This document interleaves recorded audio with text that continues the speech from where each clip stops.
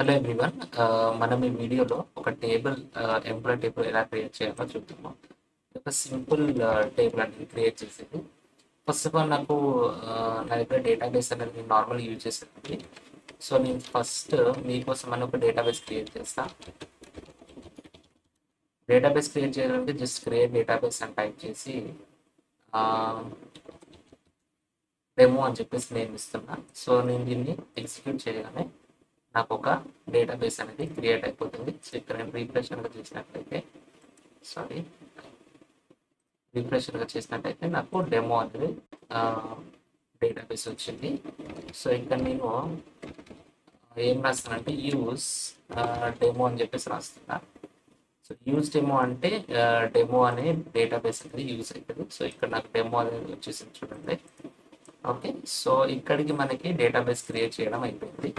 Next మనం table అనేది create చేద్దాం. ఈ డేటాబేస్ అనేది ప్రతి టేబుల్ క్రియేట్ చేయాలంటే ఈ డేటాబేస్లో ఎన్ని టేబుల్స్ అయినా కూడా మీరు ఇన్సర్ట్ చేసుకోవచ్చు, క్రియేట్ చేసుకోవచ్చు.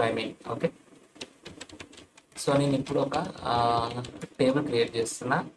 దానికి create table space employee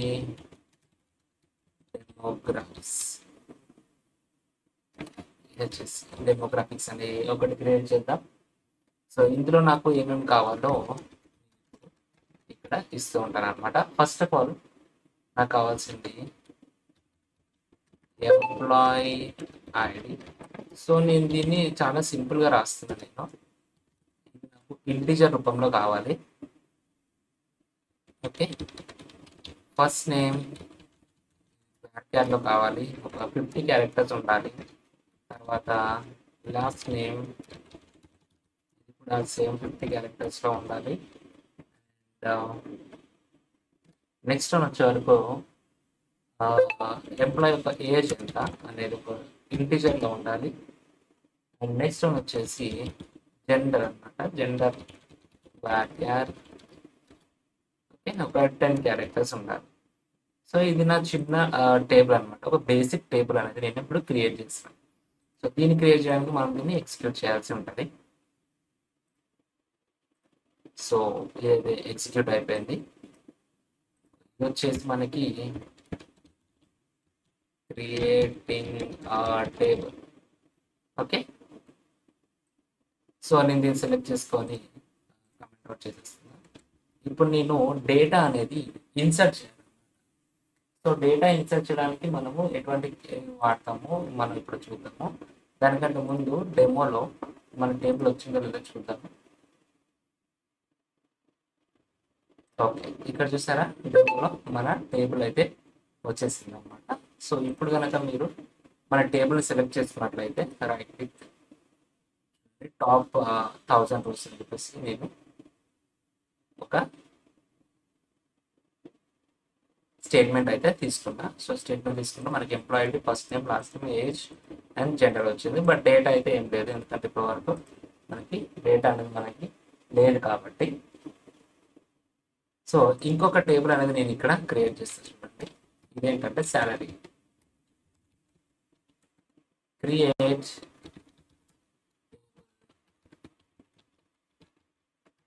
employee salary. Okay, so employee salary కోసం అని మనకు ఫస్ట్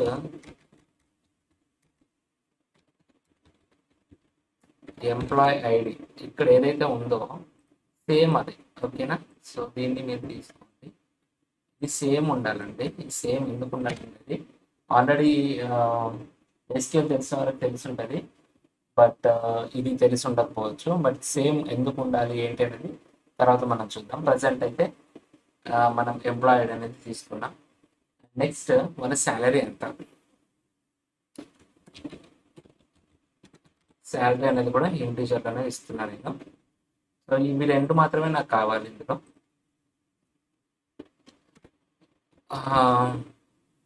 ఈజ్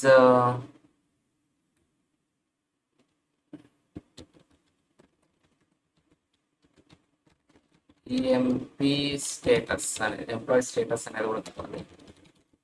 బ్యాకర్ ఇస్తున్నా. ఇదేంటంటే కన్ఫర్మేషనా లేకపోతే ప్రొబేషన్ ఎంప్లాయీ అనేది ఇందులో మనకి చూపించడానికి అనేది ఇస్తున్నాను. ఇది మీరు కావాలనుకుంటే స్కిప్ కూడా చేయొచ్చు. ఓకే, సో నేను ప్రస్తుతం ఇది మాత్రం నేను ఎగ్జిక్యూట్ చేస్తాను. సో ఈ టేబుల్ కూడా మనకి క్రియేట్ అయితే అయిపోయింది. ఇందులో ఇప్పుడు మనం కనుక చూసినట్లయితే రిఫ్రెష్ చేస్తే 2 టేబుల్స్ ఉంటాయి. ఓకేనా, so employee salary, employee demographics. ఇప్పుడు ప్రజెంట్ ఎంప్లాయీ డెమోగ్రాఫిక్స్లో మనము డేటా అనేది అయితే ఇన్సర్ట్ చేద్దాం అనమాట. ఫస్ట్ ఆఫ్ ఆల్ లైక్ ఇందులోకి వెళ్ళి ఇన్సర్ట్ ఉంది కదా, so new query in window sorry new query editor window ఉంది కదా, సో దీన్ని సెలెక్ట్ చేయండి. దీన్ని సెలెక్ట్ చేస్తే మీకు ఇలా వస్తుంది. ఓకే, సో ఇక్కడ మనకి ఏం చూపిస్తుంది, first of all use demo అనేది మన డేటాబేస్, తర్వాత గో అనేది. గో అంటే ఏంటంటే ఫర్ ఎగ్జాంపుల్ మీరు MySQL యూజ్ చేస్తే ఇగో ఈ సెమీకోలన్ యూజ్ చేస్తారు, బట్ ఇది MS SQL కాబట్టి ఇందులో గో అనేది యూజ్ చేస్తారు అనమాట. ఇది లేకపోతే ఇది రెండు సేమ్. ఓకే, గో అని రాకపోయినా కూడా ఎగ్జిక్యూట్ అవుతుంది. సో ఇందులో మనకి ఇన్సర్ట్ ఇంటూ, సో ఇందులో మనం ఇన్సర్ట్ చేస్తున్నాం. అందులో ఏమేంటి, first employee ID, first name, last name, gender. Okay,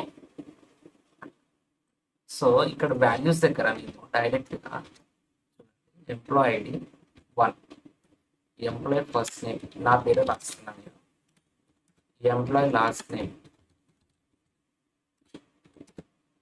okay, next age అడుగుతుంది, నెక్స్ట్ జెండర్. ఓకే, సో ఇది ఒక వాల్యూ అనమాట. ఒక వాల్యూ అనేది నేను ఇన్సర్ట్ చేస్తున్నా, ఎగ్జిక్యూట్. సో 1 రో ఎఫెక్ట్ అయింది. ఇప్పుడు కనుక మీరు ఇది కనుక చూసుకున్నట్లయితే నా పేరు అనేది వస్తుంది, employee ID, first name, last name and gender వచ్చేసింది కదా. సో ఇక్కడ నేను ఏం చేస్తానంటే నాకు ఒక 5 to 8 నేమ్స్ కావాలి. ఒక 5 తీసుకుంటాను నేను.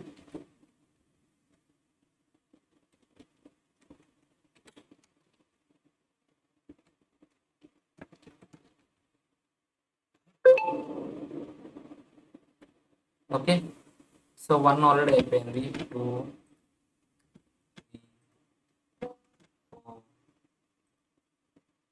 5, 6. ఓకే, సో 6 మెంబర్స్ అయితే ఇచ్చా. ఇది రాహుల్, రాహుల్ మేల్. ఓకే, ఇది సారీ 32. సో ఇలా ఇది ఇస్తున్నా నేను.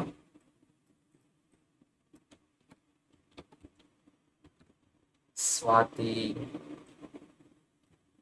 Yes 25, female. Okay, Rishikesh K వచ్చేసి 35, మెయిల్.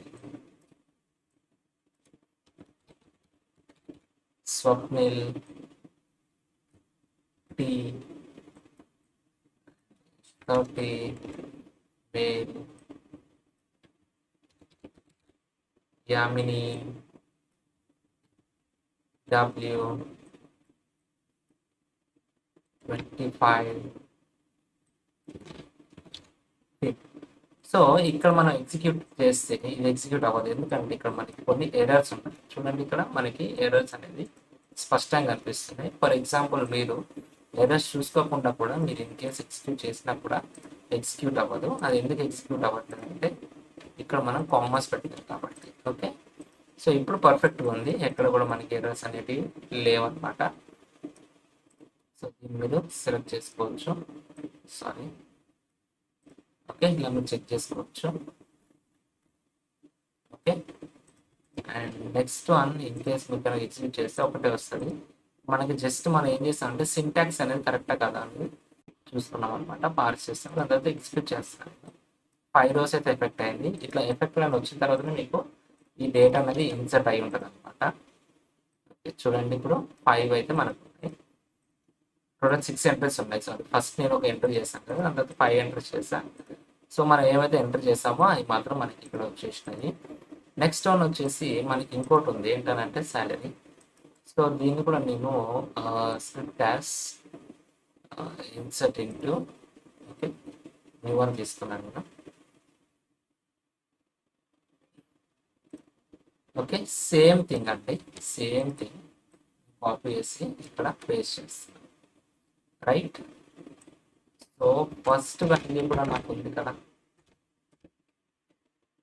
ఓకే ఫస్ట్ వాల్యూ కూడా ఉంది కాబట్టి ఆ ఫస్ట్ వాల్యూ కూడా తీసుకుంటా. బట్ ఇక్కడ నాకు కావాల్సింది ఏంటి, employee ID, salary and employee status, అంతే కదా.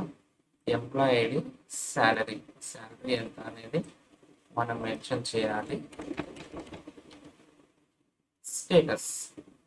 స్టేటస్ మనం వదిలేసేయచ్చు. సో స్టేటస్ అనేది నేను ప్రజెంట్ తీసుకోవట్లేదు, ఓన్లీ శాలరీ వరకే తీసుకుంటున్నా, రైట్. వీళ్ళ నేమ్స్ మనమే ఇవ్వాలక్కర్లేదండి, జస్ట్ వాళ్ళ ఐడి మాత్రం ఇస్తే సరిపోతుంది. 45, 48. ఓకే సో ఐడి ప్రకారం మనము వాళ్ళ యొక్క శాలరీ ఎంత అనేది కూడా మనం ఇక్కడ మెన్షన్ చేస్తాము. దీన్ని నేను ఎగ్జిక్యూట్ చేస్తున్నా. సో ఎగ్జిక్యూట్ చేస్తే 6 rows ఎఫెక్టెడ్ అని వచ్చింది. సో ఈ 6 rows ఎఫెక్టెడ్ ఎక్కడ జరిగాయి అనేది మనము ఇక్కడ చూద్దాం. సో ఇది కూడా అవసరం లేదు మనకి, ఇక్కడ మాత్రం చూసుకున్నాం. అన్ని క్యాపిటల్ రాస్తానండి, స్మాల్లో కూడా రాయొచ్చు, మీరు అట్లేం లేదు. స్టార్ట్ ఫ్రమ్ ఫస్ట్ టేబుల్ ఏంటి, okay next start from next table వచ్చేసి ఓకే. ఈ రెండు కనుక తీసుకున్నట్లయితే తీసుకుని ఎగ్జిక్యూట్ చేస్తాను నేను. సో రెండు మనకి ఎగ్జిక్యూట్ అయిపోయినాయి. ఇక్కడ మనకి ఎంప్లాయ్ ఐడి ఉన్నాయి అండ్ వాళ్ళ శాలరీస్ అనేవి ఉన్నాయి అన్నమాట. సో ఇట్లా మనము ఒక 2 tables క్రియేట్ చేసి వాళ్ళ యొక్క శాలరీ కూడా మనం ఇట్లా మ్యాప్ చేద్దాం.